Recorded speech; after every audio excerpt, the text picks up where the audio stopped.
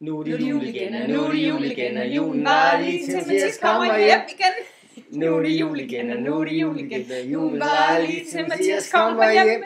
Nej, det er ikke sandt, nej, det er ikke sandt, for derimellem kommer søster. Nej, det er ikke sandt, nej, det er ikke sandt, for derimellem kommer søster. Hej Mathias. Hej Mathias. God jul, eller glædelig jul. Glædelig jul. Sammen med, vi har ikke nogen talerækker med enige om til at være den, der taler først. Vi håber, du ser det her sammen med, at du får din gave, eller dine gaver. Og sammen med gaven fra mor og far, kunne det også ske, at man lige skulle tjekke kontoudtoget en af de næste dage, fordi vi har også lavet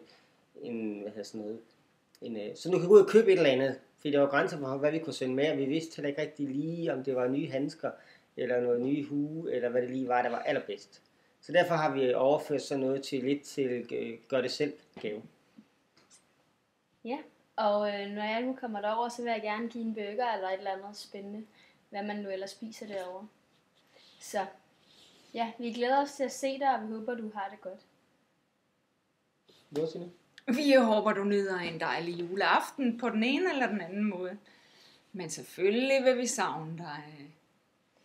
Og du må håber det bedste. Ja. Men vi ses jo snart. Eller det vil sige, når vi optager det her, så ses vi jo lige om lidt til, hvor vi prøver i hvert fald at skulle snakke med dig. Det glæder vi os til lige nu.